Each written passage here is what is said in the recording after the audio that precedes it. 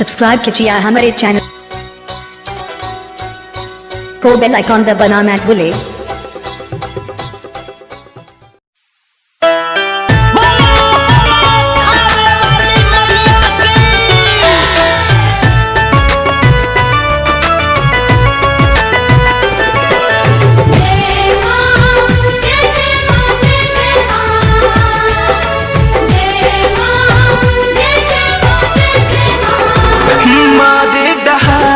कैसे आई दुआर लागल बाटे रउर बजर के मार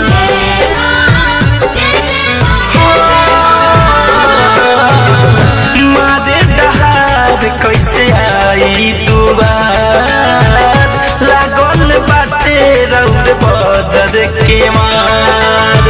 आरती उतारी कैसे लगवा से आरती उतारी कैसे लगवा से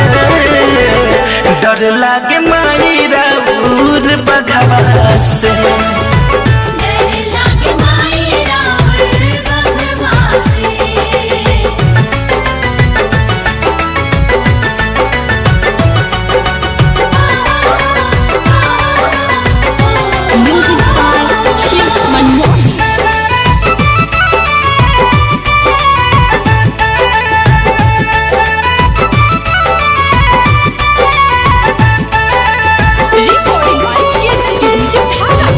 खोल दी के वरिया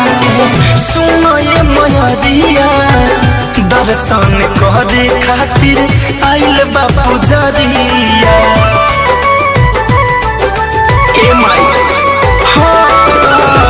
खोल दी के वरिया के सुनो ये मयरिया दर्शन करे खातिर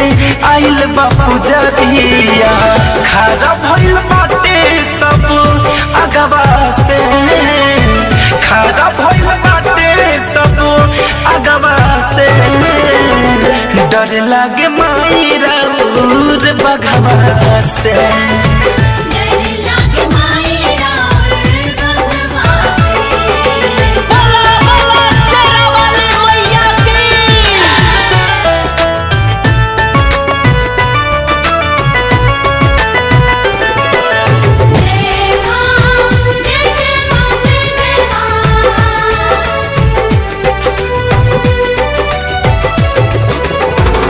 झोलू से वकवा खारा